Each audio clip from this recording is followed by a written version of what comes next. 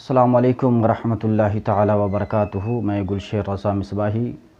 سب سے پہلے درود و سلام اللہ رب محمد صلی اللہ علیہ وسلم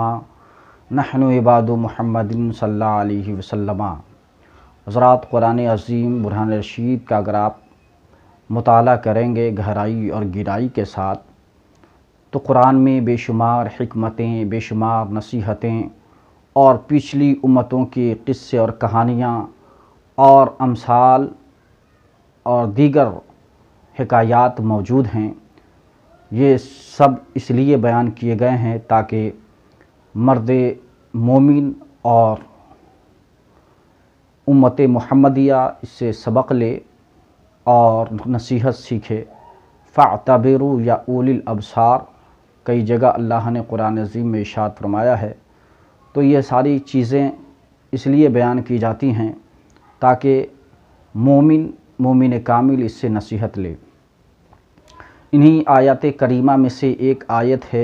سورہ بقرہ آیت نمبر 102 کی، جس میں اللہ رب العزت نے دو فرشتوں کا ذکر فرمایا،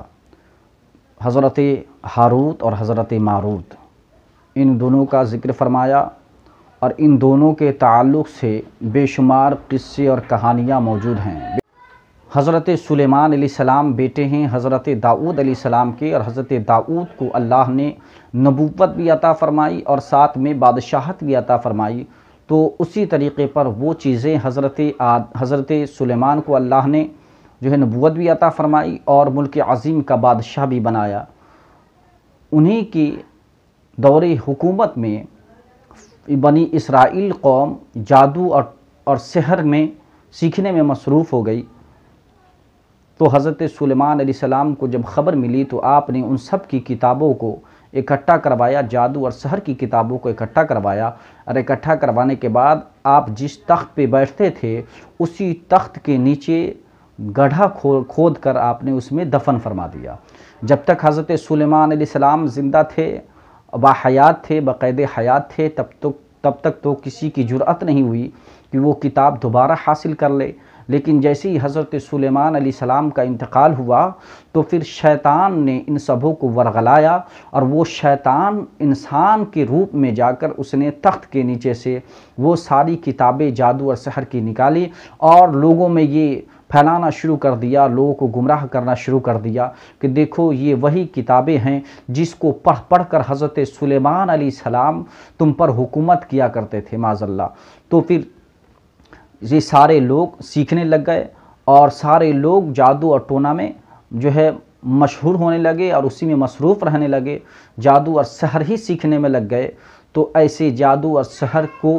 کے غرور کو توڑنے کے لیے اللہ رب العزت نے حضرت ہاروت اور حضرت ماروت دونوں فرشتے کو نازل فرمایا، اور انہیں اللہ نے سحر کا علم عطا فرمایا اور سحر کے توڑ کا بھی علم عطا فرمایا۔ اور آپ جب دونوں تشریف لائے تو لوگوں کو آپ منع کرتے تھے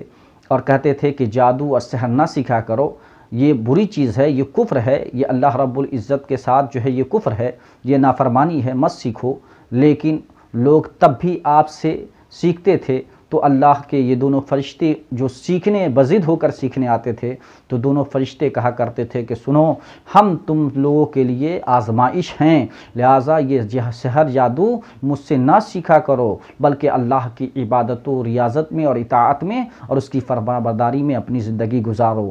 یہ دونوں فرشتے منع کرتے تھے، اس کے باوجود بھی لوگ علم سحر کو سیکھنے کے لیے، جادو ٹونے کو سیکھنے کے لیے ان کے پاس آیا کرتے تھے۔ تو آپ منع کرتے تھے، جو نہیں مانتے تھے تو ان سے کہتے تھے کہ ٹھیک ہے سیکھو، اس لیے کہ ہم تمہاری آزمائش کے لیے ہیں۔ تو ان دونوں فرشتے کو صرف بنی اسرائیل کی آزمائش کے لیے، اس کے امتحان کے لیے اللہ نے بطور فتنہ کے ان دونوں فرشتوں کو اللہ نے بھیجا تھا۔ باقی اور کوئی قصہ کہانی جو ان کی طرف منسوب ہے وہ سب سراسر غلط ہے، اور یہ سارے کے سارے یہودی ازم کی کتابوں سے منقول ہو کر ہمارے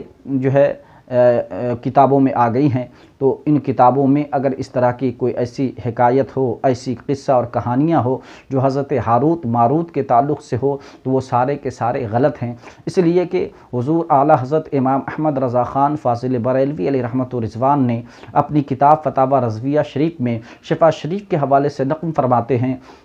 آپ فرماتے ہیں کہ جتنے بھی واقعات جو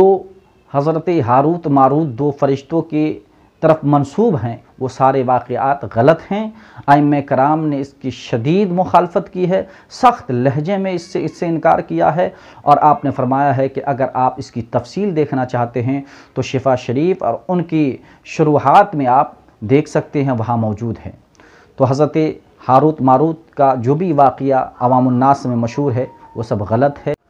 خلاصہ کلام یہ ہوا کہ اللہ نے لوگوں کی ہدایت کے لیے، عوام کی ہدایت کے لیے، امتوں کی ہدایت کے لیے اللہ نے نبیوں اور رسولوں کا سلسلہ جہاں مبعوث فرمایا، وہیں امتوں کی آزمائش اور اس کا امتحان لینے کے لیے اللہ رب العزت نے فرشتوں کو بھی انسانی روپ میں زمین پر اتارا، جیسے کہ حضرت ہاروت ماروت کو، اور پھر قوم لوط پر جب عذاب آنے والا تھا تو اللہ نے قوم لوط پر حضرت فرشتوں کی ایک جماعت کو حسین ترین خوبصورت نوجوان بنا کر اللہ نے فرشتوں کو بھیجا تھا، تو جو ہے وہ قوم لوط کے لیے وہ عذاب